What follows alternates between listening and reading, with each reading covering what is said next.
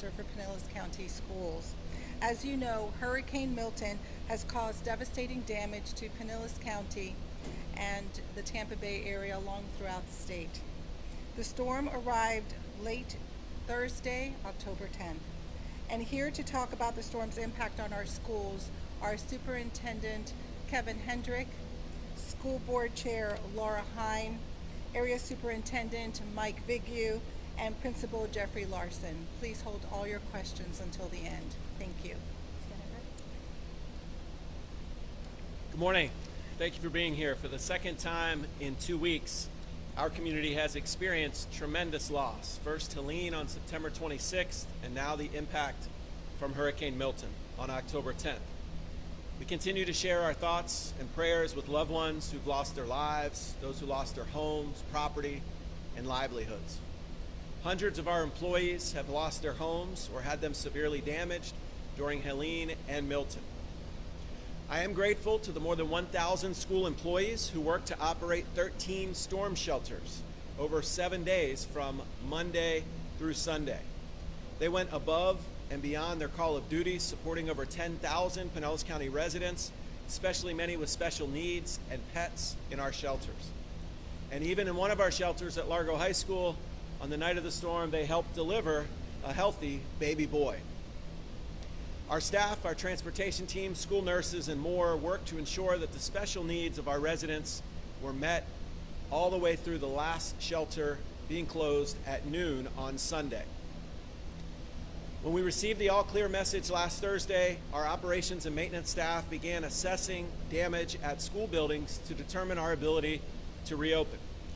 Like many residents of Pinellas County, including still 40,000 this morning, dealing without power and staff shortages, transportation issues on the roads, and lack of fuel. As of last Friday, we had 80 schools without power. Yesterday at noon, we had 19 schools still without power, and this morning, we have no schools without power. Each and every one of our buildings now has power. We announced yesterday that school would reopen on Wednesday, October 16th, tomorrow. Today, all of our staff is returning to work full-time, and today they are focusing on the health, safety, and security of our buildings, air quality, transportation grid, and more to ensure that we are ready for students tomorrow. Air conditioning is running at all our buildings, stabilizing the environments. Our bus drivers are out running those transportation routes today, making sure bus stops and school walking paths are safe. Our cafeterias are making sure the food has been replenished and restocked and ready for tomorrow. And as you can imagine, the last 3 weeks, missing almost 10 days of school for most students has wreaked havoc on our academic calendar. And so our teachers are here to rebuild that academic plan for the next several days.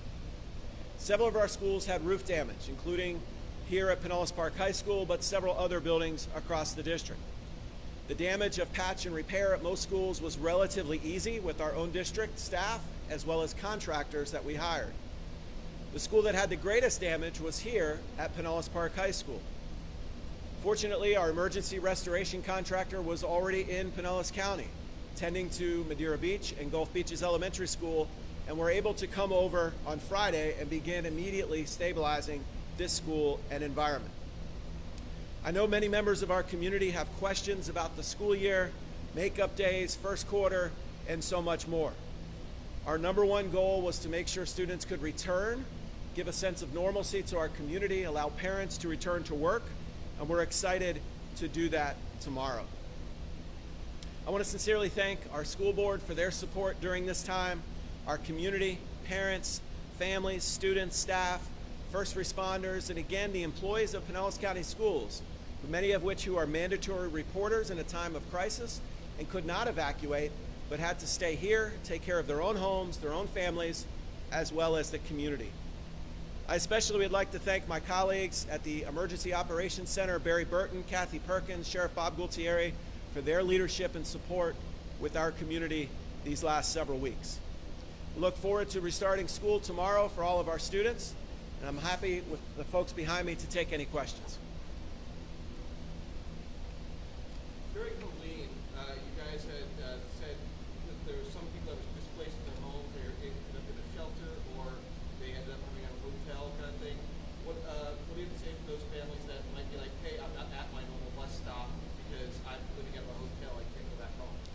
That's a good question. What do we do for students who maybe not be in the same place that they once were?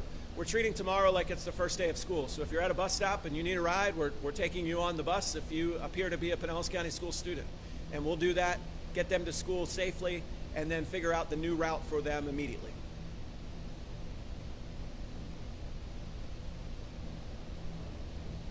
Have you heard anything yet from the state regarding makeup days and how this would work? I know that you're having a workshop this week to get proposals perhaps. Sure, we have talked to the state for Helene. There were no waiver of minutes or days. We have not heard yet on Milton, but what they have confirmed is that the school year is all about hours and minutes and not days. So there's not a magic number of days. It is about the number of minutes. And so we'll be sharing with our board next week a proposal that looks at adding some days that would have been off second semester that would now be on, and then adding minutes to every day to catch up and exceed the number of minutes. What's important to know is that we actually go much longer in the school day than we're required to each and every day. So we've built up a bank of minutes already this year, and we have obviously the rest of the year to catch up, but we'll add some minutes and we'll add a few days that would have been off will now be student days second semester. That's our proposal. You know which days they are? One day will be in January, one in February. We're not looking at doing the Thanksgiving holidays. Kind of piggybacking off of this question about getting kids to school safely, there are still some power outages at traffic lights, specifically Osceola Middle School, and also another one right up the road on 102nd Ave and 109th Ave. Can you guarantee that those traffic lights are going to be fixed in time for the students to get to school? I cannot guarantee that any traffic light will be fixed. That's not our responsibility. What I can say is that our schools police reached out to municipalities on Friday saying, listen, I need you to go out and start looking at those paths to school. So there's everything from the obvious, which are street lights, but more importantly, all those walking paths, the school zone lights, the walking paths that used to be lit up and would flash, many of those are down and have not been repaired. So our municipal partners who help work with the school safe routes to school are manning those over the course of the next several days. And where there's major street lights out, like there is one right around the corner from Pinellas Park High School, there'll be police officers there running those each day. It's going to take longer for people to get back to school tomorrow. It's going to take longer for people to get around the roads. We've all experienced that the last couple days. Now, school supplies, and obviously some of these people can't get back into their homes, and it might be a little bit hard to have a pencil on Wednesday. What do you say to the family that might need help school supplies wise? Anybody who needs help with school supplies, my answer is don't go out and buy them. We have them for you. Our Education Foundation did a drive for the last hurricane. They have more than enough supplies. They've been allocated to schools that we know have been hardest hit. One of our schools, Eisenhower Elementary School, had a whole community that had to be relocated. We've given supplies there. So we've got plenty for everybody who needs them, and the community has stepped up to help with that. How important is it to be back in school as opposed to just letting the community relax and get back maybe Monday? It's critical to be back in school. It is the normalcy for our community. Everything is not going to be the same until we get back to some sense of routine. Our students, most people thrive on routines. Our employees are looking forward to it. They're very excited to be back today and try to catch up. There are going to be individuals, employees, and families who are not able to make it tomorrow, and our message is take the time you need. There's nothing more important than the health and safety of your own family, your own house. Take those things first, as you would in any time of crisis, non-hurricane related, and we'll be here when you're ready to get back in the full swing of things. Do you know how substitutes go then? We have over 1,000 substitutes on call who work for us. We do a really good job with that, so we'll be all set tomorrow for whatever needs we have. No kids potentially walking in areas that are darker than normal, of course the lights are not functioning everywhere. What's your message to drivers driving during after school? That's a great question. Two things to that. What do we say for students who are in paths that used to be lit and are now dark? Number one, for all of our drivers, please pay attention. School's back in session. Be safe. Take your time. Everyone's a little frustrated and on edge, but take your time. Two, for parents, do the best you can to kind of look tonight. What does that path look like? Are there still tree limbs down on the sidewalks? How can you best get your child to school? We just want people there safely.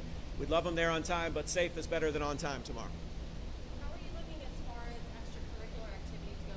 Sports, theater, band, things like Sports, all those extracurriculars we've allowed to restart today, so practices will be happening across the county today, band, swimming, diving, all of those things.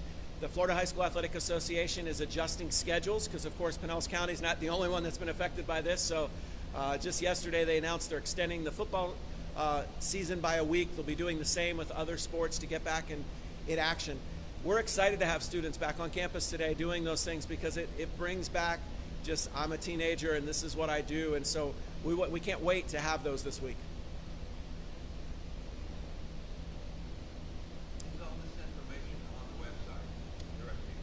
All the information that we've talked about is on the website, and including the things that will be coming up with makeup days and all that. We'll have that information published in plenty of time.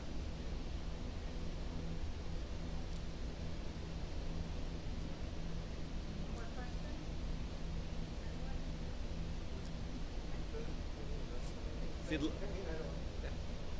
Let me ask Mr. Larsson, the principal here at Pinellas Park, to come on up.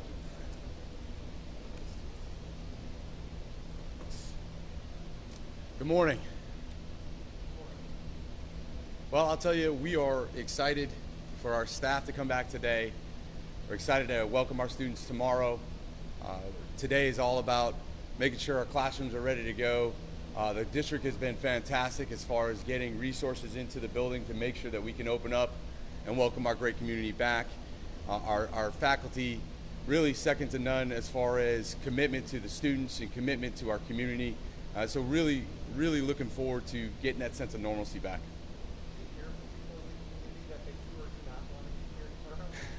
Absolutely, both, but also just more of an outpouring of support to get our community back together and get us going forward again. Now you've taken a walk around the school, seen it kind of thing. Can you talk to the folks at home, the parents at home, who might be like, how together is the school? Like, how confident are you that it's okay for us? Absolutely. So I was here day after the storm, every day since, and it's night and day. The commitment that not only our county has and the district, but the outside group that they brought in has just done a fantastic job. Not only have they walked room by room, but our admin team has walked room by room to ensure, and that's be the message today to our teachers. You know, if there's anything that we missed or we didn't see, you know, let us know, and because that's our commitment to make sure that we're providing a safe environment, a comfortable environment, so our students can succeed.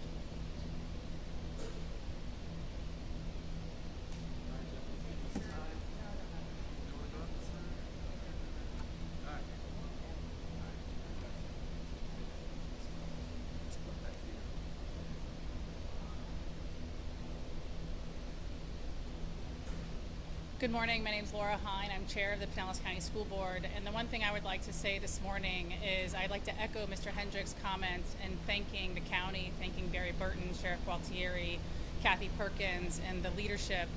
But I would also like to thank him. I would like to thank Mr. Hendrick for his leadership over these last couple of weeks of couple of storms.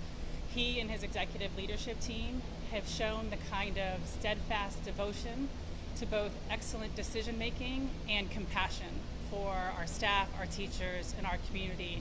And we as a school board could not be more grateful to have Kevin Hendrick and the executive leadership team that we do here at Pinellas County Schools. I would also like to say thank you to the principals and administrators who stand the watch during the storm. If you had the opportunity to be in any of our shelters, you would see them. You would walk into a shelter and see that team is made up of principals and assistant principals from elementary schools, middle schools, high schools. They are together. They have a duty rotation, and that's who's standing the watch during our storms. They are not evacuating. They are staying, and they are in those shelters. And I would like to thank all those principals and administrators and school leaders who stand the watch for us during these emergency times.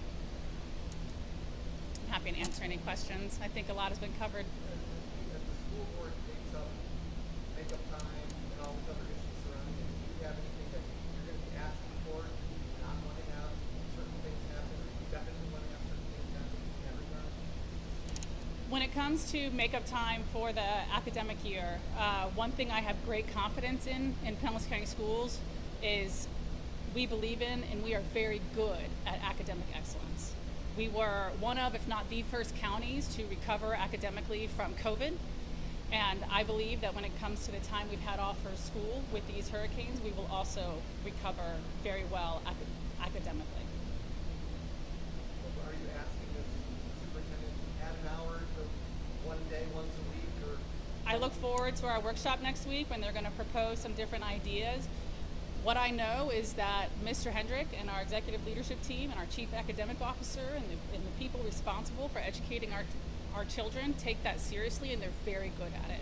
We will be focused on achieving high results. We will do that throughout the rest of the school year, and I look forward to hearing their ideas. So I would say what our school board expects is that we do what is necessary to achieve academic excellence while also having compassion for what our community has been through.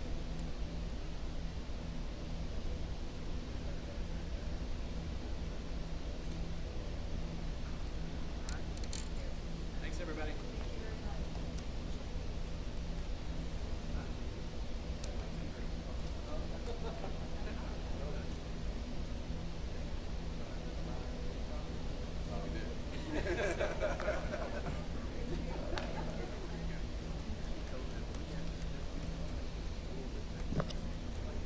How do you guys do? Good. I lived in downtown Tampa. Never lost power. Not once. Did not. No, did not. How about you?